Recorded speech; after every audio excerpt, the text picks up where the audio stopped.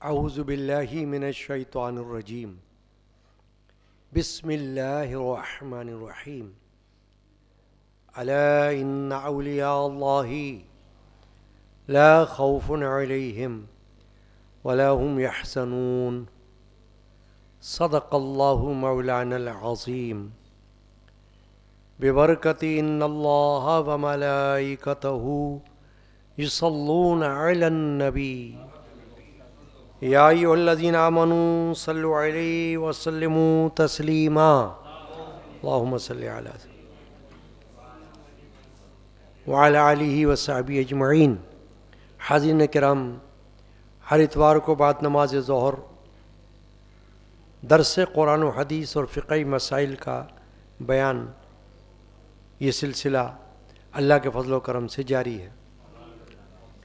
آج کی نشست میں ولایت کے حوالے سے گفتگو مقصود ہے۔ ولایت کے بیان کے حوالے سے آج کی نشست مخصوص ہے، اور اس سلسلے میں ایک بہت بڑے عالم دین اور فقیہ حضرت مولانا علامہ امجد علی رحمۃ اللہ تعالی علیہ، امجد علی اعظمی رضوی سنی حنفی قادری برکاتی رحمۃ اللہ علیہ کی معروف و مشہور کتاب بہار شریعت سے ولایت کے حوالے سے کچھ گفتگو مقصود ہے۔ ولایت کا لفظ آپ نے عام طور پر سنا ہوا ہے، اور ولی کے حوالے سے ولایت کا لفظ استعمال کیا جاتا ہے، جیسے نبی کے حوالے سے نبوت کا لفظ استعمال کیا جاتا ہے۔ نبی سے نبوت اور ولی سے ولایت۔ تو اس کے بارے میں حضرت علامہ امجد علی اعظمی رحمۃ اللہ تعالی علیہ نے اپنی کتاب میں جو باب باندھا ہے، اس میں آپ نے فرمایا کہ ولایت ایک قرب خاص ہے کہ مولا عز و جل اپنے برگزیدہ بندوں کو محض اپنے فضل و کرم سے عطا فرماتا ہے۔ یعنی ولایت کا عطا ہونا اللہ تعالیٰ ہی کا ایک فضل و کرم ہے، بندے کی اپنی کوئی طاقت یا اپنا کوئی مطالبہ نہیں ہے۔ اللہ تبارک و تعالیٰ کی جانب سے ایک عطا ہے، اس عطا کے حوالے سے اللہ تعالیٰ کسی کو اپنا قرب خاص یعنی نزدیکی عطا فرماتا ہے۔ اب اس میں مسئلہ یہ لکھا ہے کہ ولایت وہبی شے ہے، نہ یہ کہ اعمال شاقہ سے آدمی خود حاصل کرے۔ البتہ غالباً اعمال حسنہ اس عطیہ الہی کے لیے ذریعہ ہوتے ہیں، اور بعضوں کو ابتداءً مل جاتی ہے۔ اس کا معنی یہ ہوا کہ ولایت وہبی شے ہے کا مطلب یہ ہے کہ اللہ کی طرف سے ملنے والی ایک عطا ہے، ایک نعمت ہے۔ اعمال شاقہ سے حاصل نہیں ہو سکتی کا مطلب یہ ہے کہ عمل تو ہر کوئی نیک کر سکتا ہے، لیکن عمل کرنے کا مطلب یہ نہیں کہ وہ مقام ولایت پر بھی فائز ہو۔ اعمال صالحہ ہر بندے کے لیے ہیں، نمازیں، روزے، حج و عمرے، خیر و خیرات و زکوٰۃ، حسنات، یہ تو سبھی کے اوپر لازم ہے، لیکن مسئلہ ولایت جو ہے یہ اعمال شاقہ سے آدمی حاصل نہیں کر سکتا۔ البتہ یہ جو اعمال حسنہ ہیں یہ اس ولایت کے لیے ایک ذریعہ بن جاتے ہیں، یعنی اللہ تبارک و تعالی ان اعمال کو وسیلہ بنا دیتا ہے ولایت کے درجے کا، اور وہ اعمال اس کے لیے، ایک ولی کے لیے معاون ثابت ہو جاتے ہیں، ممد و معاون بن جاتے ہیں۔ اور پھر یہ فرمایا کہ ولایت بے علم کو نہیں ملتی، خواہ وہ علم بطور ظاہر حاصل کیا ہو یا اس مرتبے پر پہنچنے سے پہلے اللہ عز و جل نے اس پر علوم منکشف کر دیے ہوں۔ یعنی علم کا ہونا اس لیے ولایت کے لیے لازمی ہے کہ جو بھی ولی ہوگا وہ صاحب علم ہوگا۔ جاہل کو اللہ تعالیٰ ولی نہیں بناتا۔ جاہل سے مراد یہ ہے کہ اس کو کچھ پتہ نہ ہو، کچھ بھی معلوم نہ ہو، کوئی بھی معرفت کی بات اس کے پاس نہ ہو، تو وہ ولی نہیں ہو سکتا۔ اب خواہ یہ علم ظاہری طور پر حاصل کیا ہو، جیسے کہ مدارس میں ہوتے ہیں، دینی درسگاہوں میں علوم حاصل کیے جاتے ہیں، چاہے اس طرح بھی حاصل کیا ہو، یا اللہ تعالیٰ نے اس پر علوم کو منکشف کر دیا ہو، جس کو ہم کہتے ہیں دل میں ڈال دینا، الہام، کشف، یہ اولیاء اللہ کی اصطلاحات ہیں۔ الہام ہو جانا یعنی کہ دل کے اندر ڈال دینا، اور کشف کا معنی ہے کہ اللہ تعالیٰ کی طرف سے اس کو خبر، اطلاع ہو جانا۔ تو یہ خبر جو ہے، انکشاف، کشف، یہ بھی ولایت کے مقامات میں سے ہے اور ولایت کے درجات میں سے ہے۔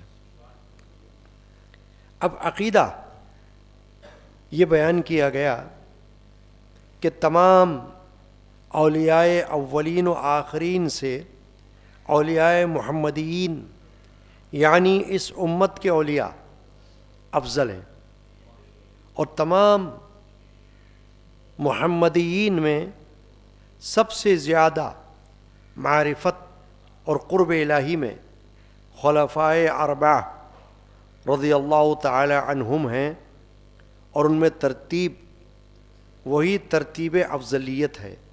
سب سے زیادہ معرفت و قرب حضرت سیدنا صدیق اکبر رضی اللہ تعالی عنہ کو ہے، پھر فاروق اعظم رضی اللہ تعالی عنہ، پھر ذو النورین حضرت عثمان غنی رضی اللہ تعالی عنہ، اور پھر مولا علی مرتضیٰ مشکل کشا رضی اللہ تعالی عنہ اجمعین۔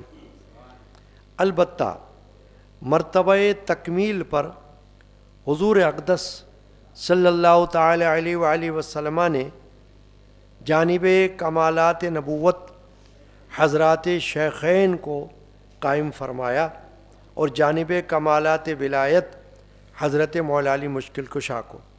تو جملہ اولیاء معباد نے مولا علی ہی کے گھر سے نعمت پائی، اور انہی کے دست نگر تھے، اور ہیں اور رہیں گے۔ اب یہ عقیدہ جو ہے، یہ اہل سنت و جماعت کا متفقہ عقیدہ ہے کہ تمام اولیاء اولین و آخرین میں سے اولیاء محمدیین یعنی جو اولیاء نبی کریم صلی اللہ علیہ وسلم کی امت میں ہوئے ہیں، وہ تمام گزشتہ اولیاء سے افضل ہیں۔ جیسے بنی اسرائیل میں بھی اولیاء ہوئے ہیں، بنی اسرائیلی امت میں، جیسے اصحاب کہف جن کا قصہ قرآن مجید میں موجود ہے کہ وہ ظالم بادشاہ کے خوف سے اپنے اپنے گھروں سے نکلے تھے، اور ایک غار میں پناہ حاصل کر لی تھی، اور ایک کتا بھی ان کے پیچھے چل پڑا تھا، اسے بھی اللہ تعالیٰ نے ان کے ساتھ غار کے اندر ایک مثال بنا دیا۔ تو وہ اصحاب کہف جو ہیں وہ بنی اسرائیل کے اولیاء اللہ کہلاتے ہیں، کیونکہ وہ نبی تو نہیں تھے، تو وہ اولیاء تھے، ولی اللہ تھے، اولیاء اللہ تھے۔ لیکن اولیاء محمدی نبی کریم صلی اللہ علیہ وسلم کی امت محمدی میں جو اولیاء اللہ ہوئے ہیں بڑے بڑے عظیم الشان، وہ ان گزشتہ اولیاء اللہ سے افضل ہیں۔ یہ عقیدہ اہل سنت و جماعت کا متفقہ عقیدہ ہے جس پر ہم کو قائم رہنا ہے۔ اور پھر یہ فرمایا کہ تمام محمدیین میں، تمام امت محمدی میں سب سے زیادہ معرفت یعنی عرفان اللہ کا، اللہ کی بارے میں معرفت اور قرب الہی، اللہ کی نزدیکی، اس میں خلفائے اربع یعنی 4 خلفائے راشدین، حضرت صدیق اکبر، حضرت فاروق اعظم، حضرت عثمان غنی اور حضرت مولا علی کرم اللہ تعالی وجہہ الکریم، یہ ہیں سب سے زیادہ۔ اب اس کی وجہ کیا ہے کہ صحابہ بھی اولیاء ہیں، لیکن چونکہ صحابہ کا مرتبہ خاص الخاص ہے، وہ عوام اولیاء اللہ سے بڑھ کر ہیں، جن کو ہم اولیاء اللہ کہتے ہیں عرف عام میں، ان سے ہر صحابی مقام میں افضل ہوتا ہے، چاہے وہ چھوٹا ہی صحابی کیوں نہ ہو آپس میں، لیکن ہر ولی سے، ہر غوث و قطب سے ہر صحابی کا مرتبہ افضل و اعلیٰ ہوتا ہے۔ تو اگر صرف ولایت کو دیکھا جائے تو صحابی بھی ولی ہے، لیکن چونکہ اس کو یہ مقام حاصل ہوا کہ اس نے حالت ایمان میں اللہ کے رسول صلی اللہ علیہ وسلم کی زیارت کا شرف حاصل کیا، اس زیارت کے شرف نے اس کو صحابی بنا دیا، چاہے وہ شرف 1 منٹ کا ہی ہوا ہو، کوئی 1 منٹ بھی رہا ہو زندہ نبی پاک صلی اللہ علیہ وسلم کو دیکھ کر ایمان کی حالت میں، اور پھر فوت ہو جائے تو وہ صحابی ہو جائے گا، چاہے اس کو 1 مہینہ نہیں ملا، 1 سال نہیں ملا، 1 صدی نہیں ملی، 1 منٹ مل گیا، مگر وہ 1 منٹ جو ہے وہ سالوں پر بھاری ہے، اس اعتبار سے کہ اس کو اتنی بڑی برکت حاصل ہو گئی، اتنا بڑا مقام مرتبہ حاصل ہو گیا کہ اس نے رسول اللہ صلی اللہ علیہ وسلم کی زیارت کر لی ایمان کی حالت میں، اور ایمان کی حالت میں فوت ہوا، وہ صحابی ہو گیا۔ تو اس لیے ہم صحابہ کرام اور اولیاء کرام ان دونوں کو الگ الگ درجے میں رکھتے ہیں، لیکن جہاں تک ولایت کا تعلق ہے ہر صحابی ولی ہے، کیونکہ ولی کا جو معنی ہے وہ ہے دوست، اللہ کا دوست، تو اللہ کا دوست تو نبی بھی ہے، اللہ کا دوست صحابی بھی ہے، اللہ کے دوست اہل بیت پاک بھی ہیں، اور اللہ کے دوست جتنے بڑے بڑے اولیاء اللہ گزرے ہیں یہ سب اللہ کے دوست ہیں۔ تو اس لیے یہ بتایا گیا کہ ہمارا عقیدہ یہ ہے کہ تمام اولیاء میں سب سے زیادہ اللہ کی معرفت اور نزدیکی رکھنے والے 4 خلفائے راشدین ہیں، پھر ان میں ترتیب ہے، اور ترتیب کا بھی عقیدہ یہ اہل سنت و جماعت کا عقیدہ ہے، ہر سنی کو اس عقیدے پر قائم رہنا لازم ہے، ورنہ سنی نہیں ہو سکتا۔ کیا کہ سب سے زیادہ معرفت اور قرب الہی خلیفہ اول سیدنا صدیق اکبر کو حاصل ہے، پھر اس کے بعد ترتیب میں خلیفہ دوم حضرت سیدنا عمر بن خطاب فاروق اعظم رضی اللہ تعالی عنہ کو حاصل ہے، پھر اس کے بعد خلیفہ سوم حضرت ذو النورین عثمان غنی عثمان بن عفان رضی اللہ تعالی عنہ کو حاصل ہے، پھر اس کے بعد ترتیب کے حوالے سے حضرت مولا المسلمین مولا علی مشکل کشا کرم اللہ تعالی وجہ الکریم کو معرفت کا درجہ حاصل ہے۔ اب مرتبہ تکمیل پر سرکار دو عالم صلی اللہ علیہ وسلم نے جانب کمالات نبوت کے کمالات میں حضرات شیخین کو درجہ عطا فرمایا. شیخین یعنی ابوبکر صدیق اور حضرت عمر فاروق. اور پھر جانب کمالات ولایت اس میں حضرت مولا علی مشکل کشا کو درجہ عطا فرمایا. تو جملہ اولیاء مابعد یعنی اس کے بعد جتنے اولیاء اللہ ہوئے ہیں، صحابہ کرام کے بعد جن کو ہم اولیاء اللہ کہتے ہیں، ان سب نے حضرت مولا علی کے گھر سے ولایت کا درجہ حاصل کیا ہے.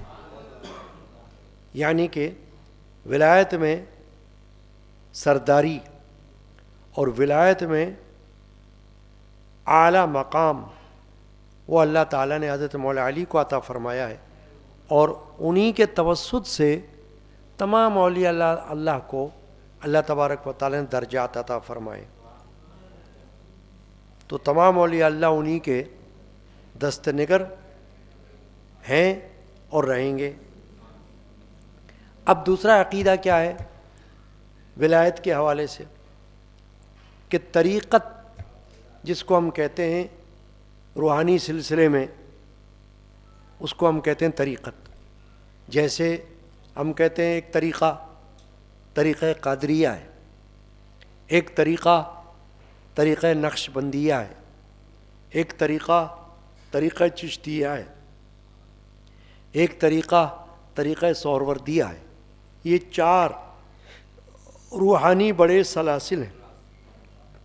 پھر ان میں سے شاخیں ہوئی ہیں مختلف اولیاء اللہ کے حوالے سے، ان کے ناموں سے سلسلے قائم ہو گئے، لیکن بنیادیں جو ہیں وہ 4 بڑے روحانی سلاسل ہیں. تو ان کو ہم کہتے ہیں سلسلہ طریقت.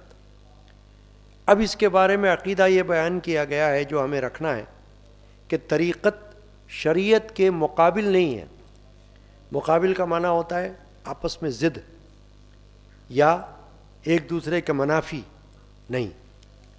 طریقت شریعت ہی کا ایک حصہ ہے، شریعت ہی کا جز ہے. شریعت کے بغیر طریقت نہیں ہوتی. جب بھی طریقت ہوگی تو شریعت کے عمل کی وجہ سے ہوگی. کوئی بھی پیر و صوفی مرشد شیخ شریعت کے اتباع کے بغیر شیخ یا پیر یا مرشد ہونے کا مقام حاصل نہیں کرتا جب تک وہ خود شریعت پر پابند نہ ہو. اس لیے یہ کہا گیا کہ طریقت شریعت کے منافی نہیں ہے، بلکہ شریعت ہی کے ساتھ جڑی ہوئی ایک نعمت ہے، ایک حصہ ہے.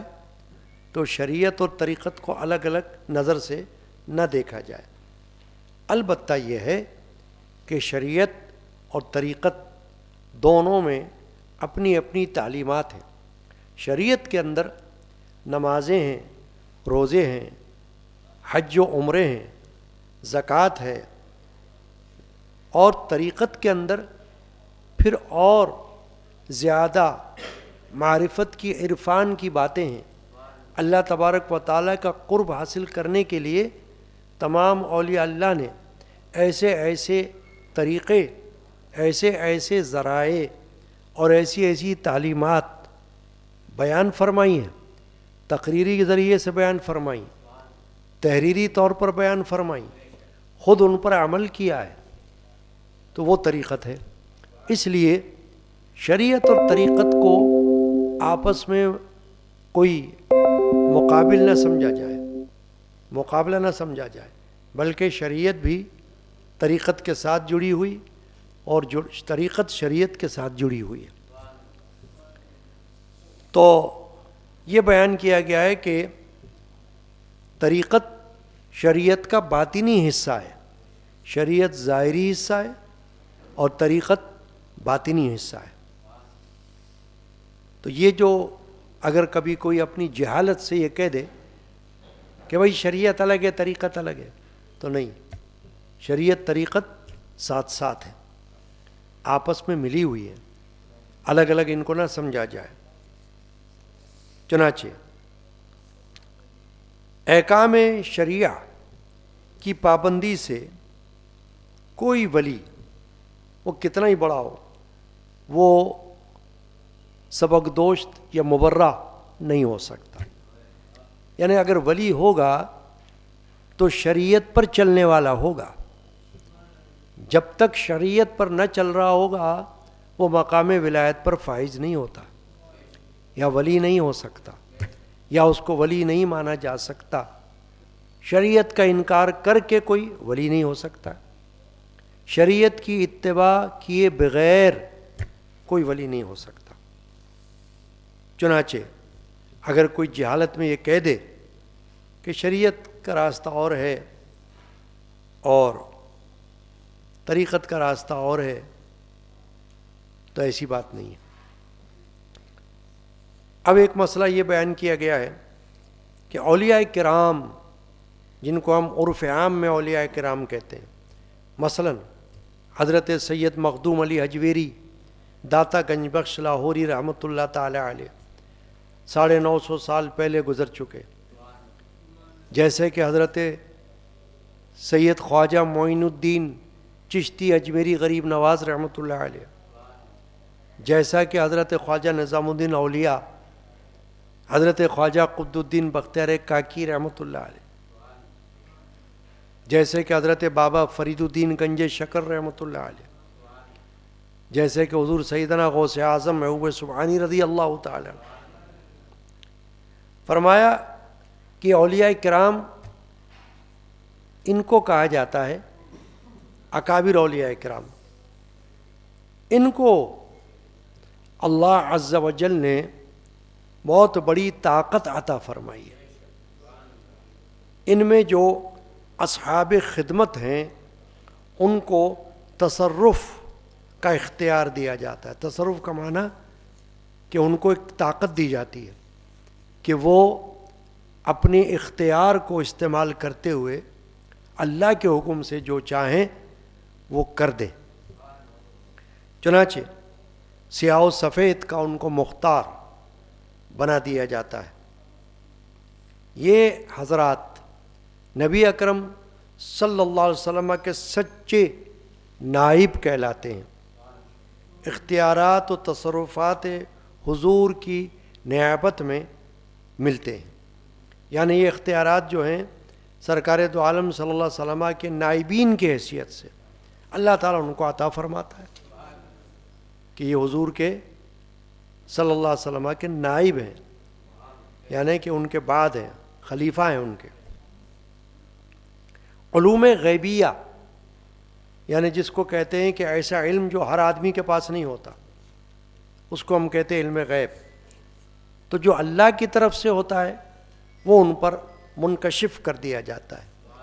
جیسے نبی کے پاس علم غیب ہوتا ہے وہ اللہ کا دیا ہوا ہوتا ہے۔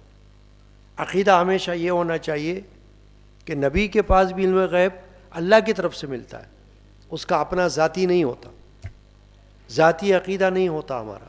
ہمارا عقیدہ یہ ہوتا ہے اہل سنت و جماعت کا کہ ہر نبی کو اللہ تعالیٰ نے غیب کا علم عطا فرمایا، وہ اللہ نے عطا فرمایا، اس کو ہم کہتے ہیں عطائی علم، ذاتی نہیں۔ ذاتی کا عقیدہ رکھنا یہ کفر ہے، شرک ہے، وہ صرف اللہ کے پاس ہے۔ اللہ اپنی مرضی سے، اپنے فضل و کرم سے نبیوں میں سے نبیوں کو جس کو چاہتا ہے جس طرح کا علم غیب عطا فرما دیتا ہے۔ ہمارے نبی پاک صلی اللہ علیہ وسلم کو اللہ نے ما کان وما یکون، یعنی جو ہے اور جو ہوگا اس کا علم عطا فرمایا۔ اسی طرح اولیاء اللہ کو بھی اللہ تعالیٰ علم غیب میں سے جو چاہے عطا فرما سکتا ہے، یعنی کہ جو بات ہمیں نہیں پتہ وہ اللہ تعالیٰ ان کو بتا سکتا ہے۔ یہ عقیدہ رکھنا ہے، اللہ نہ بتائے تو نہ بتائے، اور اللہ بتا دے تو بتا دے، یہ ہے بات۔ اللہ پر لازم نہیں بتانا، لیکن اللہ تعالیٰ کی قدرت ہے کہ اللہ جسے چاہے اپنے ولیوں میں سے جب چاہے اور جو چاہے کوئی علم ان پر ظاہر کر دے یا ان کے دل میں ڈال دے جو عام بندے کو نہیں پتہ.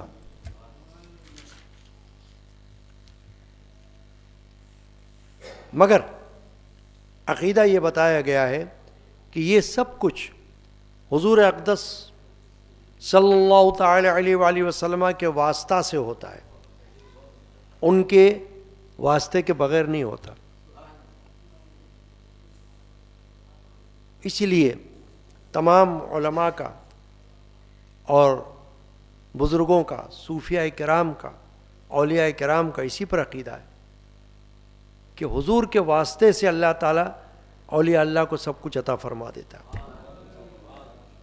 اعلیٰ حضرت امام علیہ سنت کا ایک شعر ہے، بے واسطے سے ان کے خدا کچھ عطا کرے، بے واسطے سے ان کے، نبی کریم کے واسطے کے بغیر، ان کے وسیلے کے بغیر، بے واسطے کہ ان کے خدا کچھ عطا کرے، حاشا غلط غلط یہ فہم بے بصر کی ہے، حاشا غلط غلط یہ عقل، یہ فہم بے بصر کی ہے. یعنی اللہ تعالیٰ نبی پاک صلی اللہ علیہ وسلم کے واسطے کے بغیر کسی کو کچھ عطا کر دے، یہ عقیدہ غلط ہے. جب بھی کسی کو کچھ عطا ہوگا حضور کے واسطہ وسیلہ سے عطا ہوگا. بے بصر یعنی اندھا، کہ حاشا غلط غلط، یہ غلط ہے کہ کوئی حضور کے واسطے کے بغیر کامل ہو جائے. پھر ایک عقیدہ یہ بتایا کہ کرامت اولیاء اللہ حق ہے، اس کا منکر گمراہ ہے.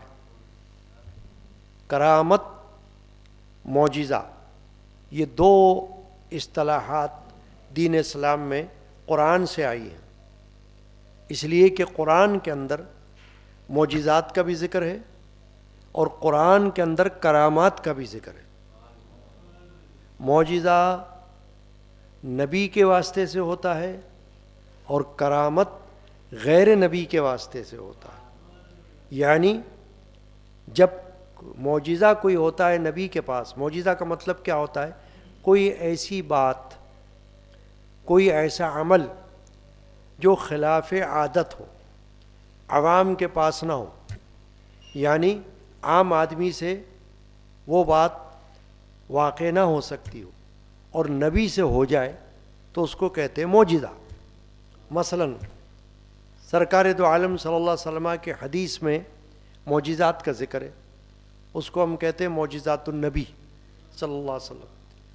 حدیث کی کتابوں میں باقاعدہ باب باندھے گئے ہیں معجزات النبی کے حوالے سے، جس میں مختلف معجزات، انگریزی میں کہتے ہیں میریکلز، ان کو جمع کیا گیا ہے.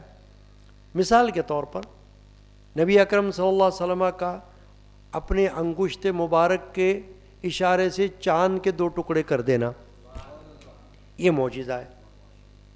یا ڈوبا ہوا سورج کو پھر سے لوٹا دینا، یہ معجزہ ہے.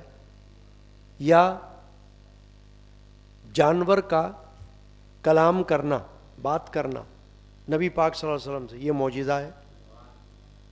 یا نبی اکرم صلی اللہ علیہ وسلم کی بلانے پر درخت کا اپنے جڑ سے اکھڑ کر آدمی کی طرح اچھلتے ہوئے چلتے ہوئے رسول پاک کی خدمت میں آ جانا، یہ معجزہ ہے. تو یہ اس قسم کے معجزات نبیوں کو اللہ نے عطا فرمائے. مثلا حضرت عیسیٰ علیہ السلام کا معجزہ قرآن میں مذکور ہے کہ وہ مادرزاد اندھوں کو بینا فرماتے تھے، یعنی ان کو آنکھیں عطا فرما دیتے تھے، بینائی عطا فرما دیتے. قرآن میں ذکر ہے وَبُرِئُ الْأَكْمَحَ وَالْأَبْرَصَ وَأُحْيِي الْمَوْتَى بِإِذْنِ اللَّهِ. قرآن مجید کی آیت شریفہ ہے کہ حضرت عیسیٰ علیہ السلام نے فرمایا کہ میں مادرزاد اندھوں کو بینا کرتا ہوں اور برس کے مریضوں کو صحت یاب کرتا ہوں اور مردوں کو زندہ کرتا ہوں. عیسیٰ علیہ السلام نے فرمایا. اب یہ جو مردوں کو زندہ کرنا عیسیٰ علیہ السلام فرما رہے ہیں, یہ کس کے حکم سے فرما رہے ہیں؟ باذن اللہ, اللہ کے حکم سے. تو جب اللہ کا حکم آ جائے تو نبی کے ہاتھ سے معجزہ ظاہر ہو جاتا ہے. اسی طرح جب اللہ کا حکم آ جائے تو ولی کے ہاتھ سے کرامت ظاہر ہو جاتی ہے. اللہ کا حکم آ جائے تو, اللہ چاہے تو. اب قرآن مجید میں جس طرح معجزات کا ذکر ہے یہ عیسیٰ علیہ السلام کے بھی اور نبی پاک کے بھی, اسی طرح کرامات کا ذکر ہے. مثلا حضرت سلیمان علیہ السلام پیغمبر گزرے, انہوں نے یہ فرمایا کہ ملکہ بلقیس یمن میں ہوئے, اس کا تخت میرے پاس کوئی لا کر یہاں پیش کرے.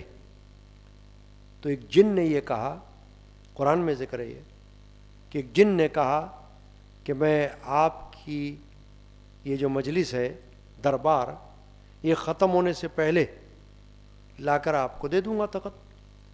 تو حضرت سلیمان علیہ السلام فرمایا اس سے بھی پہلے کون لائے گا؟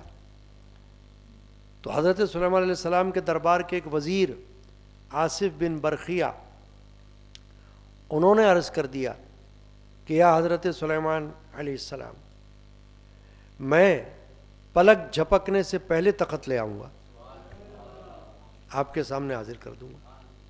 اب یہ جو بات ہے اس کو کہا گیا کہ یہ کرامت ہے. کیوں؟ کہ آصف بن برخیہ نبی نہیں تھے, تو ان سے جو یہ ظہور ہوگا اس عمل کا تو یہ معجزہ نہیں, کرامت کہلائے گا.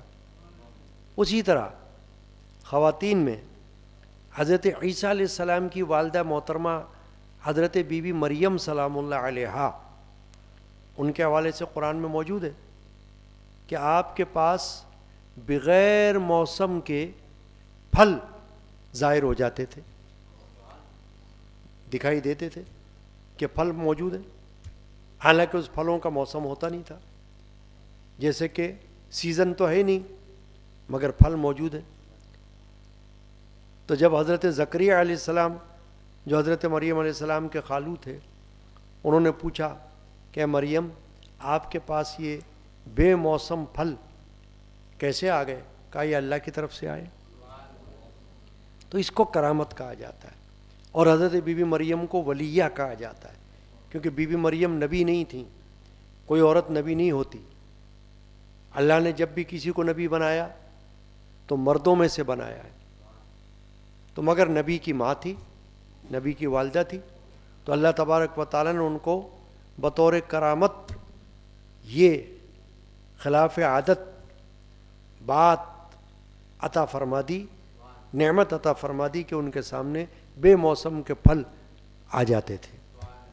تو اس لیے یہ فرمایا گیا ہے کہ عقیدہ رکھنا ضروری ہے کہ اولیاء اللہ کی کرامات حق ہیں, اس کا انکار گمراہی ہے, کہ کرامت کا انکار مسلمان کو زیبا نہیں ہے. جس طرح معجزے کو ماننا ہے اسی طرح کرامت کو ماننا ہے. فرق صرف اتنا ہے کہ کرامت اللہ کے حکم سے ہوتی ہے, معجزہ بھی اللہ کے حکم سے ہوتا ہے. اللہ چاہے گا تو نبی سے معجزہ ہو جائے گا, اور اللہ چاہے گا تو نبی سے کرامت, ولی سے کرامت ہو جائے گی. پھر مسئلہ یہ بیان کیا گیا ہے کہ مردے کو زندہ کرنا, مادرزاد اندھے اور کوڑی کو شفا دینا, مشرق سے مغرب تک ساری زمین ایک قدم میں طے کر جانا, غرض کے تمام خوارق عادات اولیاء سے ممکن ہیں. ایک جگہ سے دوسری جگہ پہنچ جانا آن کی آن میں اولیاء اللہ سے یہ بھی ثابت ہے. اب یہ سب اللہ کے حکم سے, یعنی اس کو کرامت کہا جاتا ہے. جب کرامت کا نام آ جاتا ہے تو کچھ بھی ہو سکتا ہے, پھر اس کو تعجب کی نظر سے نہیں دیکھنا چاہیے کہ یہ کیسے ہو گیا. بھائی جیسے معجزہ ہو گیا, معجزہ بھی تو عقل حیران کر دیتا ہے نا, ایسے ہی یہ کرامت بھی عقل کو حیران کر دیتی ہے. چنانچہ یہ سب کچھ جیسا کہ میں نے کہا کہ اولیاء اللہ کو جو کچھ عطا ہوتا ہے وہ نبی پاک صلی اللہ علیہ وسلم کے صدقے میں عطا ہوتا ہے، بے واسطے سے ان کے خدا کچھ عطا کرے، حاشا غلط یہ ہوس بے بصر کی ہے۔ اعلیٰ حضرت نے فرمایا بغیر واسطے سے عطا نہیں ہوتا، حضور کے توسل سے عطا ہو رہا ہے۔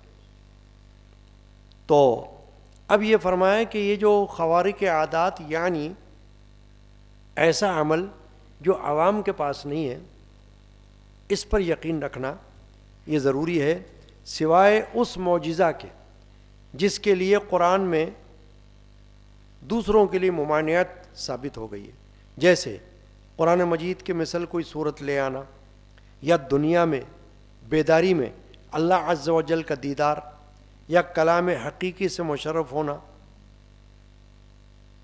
اس کا جو اپنے یا کسی ولی کے لیے دعویٰ کرے وہ کافر ہے۔ یعنی یہ نہیں ہو سکتا کہ کوئی قرآن مجید کی مثل کوئی صورت لے آئے، کیونکہ یہ اللہ تعالیٰ نے ایسا کوئی رکھا نہیں عمل۔ اللہ نے اس کے لیے فرما دیا کہ قرآن مجید کی مثل کوئی ایک صورت، کوئی ایک آیت بنا نہیں سکتا، اللہ نے خود ہی اس کو ناممکن کر دیا ہے۔ جب اللہ تعالیٰ نے اس کو ناممکن بنا دیا ہے تو پھر اس کو نہ تو معجزے میں کوئی لائے گا نہ کوئی کرامت میں لائے گا کہ یہ ہٹ کرے یہ بات۔ اسی طرح دنیا میں بیداری میں اللہ کا دیدار، یہ نہیں، جب بھی اللہ کی زیارت، اللہ کے دیدار کی بات آتی ہے تو یہ خواب میں ہوتی ہے، سوائے اس کے کہ نبی اکرم صلی اللہ تعالی وسلم کو سفر معراج میں اللہ تعالیٰ نے اپنے قرب بھی عطا فرمایا اور اپنا دیدار بھی کرایا۔ یہ نبی اکرم صلی اللہ علیہ وسلم کا خاصہ ہے۔ اب ایک مسئلہ یہ بیان کیا گیا ہے کہ اولیاء کرام ان سے استمداد و استعانت یعنی مدد حاصل کرنا، ان کو مدد کے لیے پکارنا، استعانت ان سے کرنا، تو یہ جائز ہے اور اس کا عقیدہ درست ہے، اس لیے کہ یہ بھی عطائی ہے، اللہ کی عطا سے ہے، وہ مستقل مددگار نہیں ہے، اللہ کی عطا سے مددگار ہے۔ جیسے اللہ نے ان کے ہاتھوں پر کرامت رکھ دی، نبیوں کے ہاتھوں پر معجزات رکھ دیے، ایسے ہی نبی سے مدد اور ولی سے مدد یہ اللہ کی عطا سے ہے۔ اللہ چاہتا ہے تو ان کو یہ اختیار عطا فرما دیتا ہے کہ وہ بندوں کی مدد کے لیے تیار ہو جاتے ہیں۔ چنانچہ مانگنے والے کی مدد فرماتے ہیں، چاہے وہ کسی جائز لفظ کے ساتھ ہو، اس لیے ان کو مستقل مددگار نہیں سمجھا جاتا بلکہ عطائی، اللہ کی عطا سے، یہ عقیدہ رکھنا ہوتا ہے۔ اعلیٰ حضرت کا ایک شعر ہے نبی اکرم صلی اللہ علیہ وسلم کے حوالے سے، ان کی طرف اشارہ کر کے کہ آج لے ان کی مدد، آج لے ان کی پناہ، آج مدد مانگ ان سے، آج لے ان کی پناہ، آج مدد مانگ ان سے، کر نہ مانیں گے کل نہ مانیں گے قیامت میں اگر مان گیا، کہ اگر تو قیامت میں مانے گا تو پھر کل مانا نہیں جائے گا تیرا ماننا، جو ماننا ہے وہ آج مان۔ آج کے دن گزر گیا تو قیامت میں اگر تو لاکھ مانے کہ اب میں مانتا ہوں تو اب تیرے ماننے کو مانا نہیں جائے گا۔ آج لے ان کی پناہ، آج مدد مانگ ان سے، کل نہ مانیں گے قیامت میں اگر مان گیا، کہ یہ عقیدہ کہ ان سے مدد مانگنا عطائی اللہ کی عطا سے، یہ بالکل جائز درست۔ پھر یہ کہ ان کے مزارات پر حاضری مسلمان کے لیے سعادت اور باعث برکت ہے۔ اولیاء اللہ جہاں جہاں مدفون ہیں، جہاں جہاں ان کے مقابر ہیں، ان کی قبریں ہیں، درگاہیں ہیں، وہاں پر حاضری اپنے لیے سعادت سمجھے، اس کو باعث برکت سمجھے، فالتو عمل نہ سمجھے، یہ نہ سمجھے کہ جانا تو بس ایسے ہی ہے، فالتو ہے، چلے گئے تو چلے گئے، نہیں، جانا، حاضر ہونا اپنے لیے ایک سعادت سمجھے کہ میرے لیے خوش بختی ہے۔ اور اس کی وجہ کیا ہے؟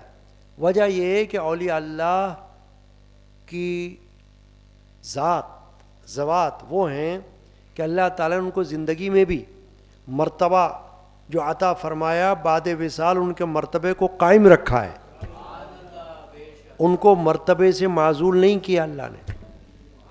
یہ نہیں ہوا کہ اب وہ فوت ہو گئے تو مرتبہ ختم ہو گیا، خدا نخواستہ، جیسے کہ وہابیہ کا عقیدہ ہے کہ فوت ہو گئے وہ تو مٹی میں مل گئے، نہیں، خود مٹی ان کی وجہ سے قابل برکت ہو گئی۔ بعض اولیاء اللہ کے حالات میں لکھا ہوا ہے کہ لوگ ان کے درگاہوں سے، ان کی قبروں سے ان کی مٹی بھی برکت کے لیے حاصل کرتے ہیں، اس میں بھی اللہ تعالیٰ نے برکت رکھی ہوئی۔ اور ایک بزرگ کا قول ہے، حضرت حاجی امداد اللہ مہاجر بکی علیہ رحمت والغفران، چشتیہ سلسلے کے بزرگ گزرے ہیں، صوفی بزرگ، شیخ طریقت، انہوں نے فرمایا جائے بزرگاں بجائے بزرگاں، کہ بزرگوں کے جو مقامات ہیں، درگاہیں ہیں، مقابر ہیں، وہ بزرگوں کے قائم مقام ہیں، یعنی ان کو ایسا سمجھو کہ جیسے وہ خود زندہ ہیں۔ تو اگر ان کے مزار پر آپ جا رہے ہو تو ایسا ہی عقیدہ لے کر جاؤ کہ جیسے ہم ان کی خدمت میں جا رہے ہیں، جیسے آپ ان کی زندگی میں ان کے پاس جاتے تھے، ایسے ہی ان کے مقبرے پر جاؤ، ان کے قبر انور پر جاؤ تو ایسے ہی عقیدہ لے کر جاؤ کہ گویا ہم ان کی زندگی میں جا رہے ہیں۔ اسی لیے اب بھی ان کا ادب اسی طرح برقرار رکھا گیا ہے کہ جاؤ تو ادب رکھو، بے ادبی ان کے مزار پہ نہ کرو، بے ادبی سے نہ کھڑے رہو، نہ بے ادبی سے بیٹھو، نہ بے ادبی کا کوئی عمل کرو، جو کچھ وہاں پر عقیدت کا اظہار کرو وہ ادب کے ساتھ کرو، اور وہی عقیدت کرو جو جائز ہے۔ نہ مزارات کو سجدہ کرو، تعظیمی سجدہ بھی حرام ہے، نہ سجدہ کرو، نہ مزار پر کوئی رقص کرو، اچھل کود کرو، یعنی کوئی ایسا عمل جو ان کو پسند بھی نہیں اور یہ جائز بھی نہیں، اس سے بچو۔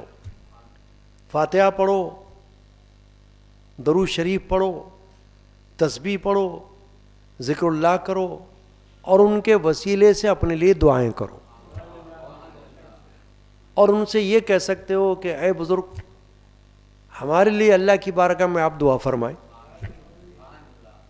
کیونکہ ان کی روحانیت زندہ ہے، ان کی روح زندہ ہے اور اللہ کے پاس وہ مقام رکھتے ہیں، لہٰذا ان کو یہ کہنے میں حرج نہیں ہے۔ بزرگوں نے فرمایا کہ اے اللہ کے ولی، آپ اللہ کی بارگاہ میں میرے لیے بخشش کا ذریعہ ہیں، آپ اللہ کی بارگاہ میں میرے لیے دعا فرما دیں کہ اللہ تعالیٰ میری فلاں حاجت کو پوری فرما دیں، آمین اللہم یا رب العالمین۔ چنانچہ ایصال ثواب بھی ان کے لیے، اولیاء اللہ کے لیے کرتے رہنا، اس میں بدنی ایصال ثواب یعنی نماز پڑھ کر ثواب بھیجنا، روزہ رکھ کر ثواب بھیجنا، قرآن مجید کی تلاوت کر کے ثواب بھیجنا، یہ بھی اپنی جگہ درست، اور مالی نیکی، صدقہ خیرات کرنا، کھانا وغیرہ کرنا، کھلانا دینا، یہ مالی نیکی ہے، اس کا بھی ثواب ان کو پہنچایا جاتا ہے۔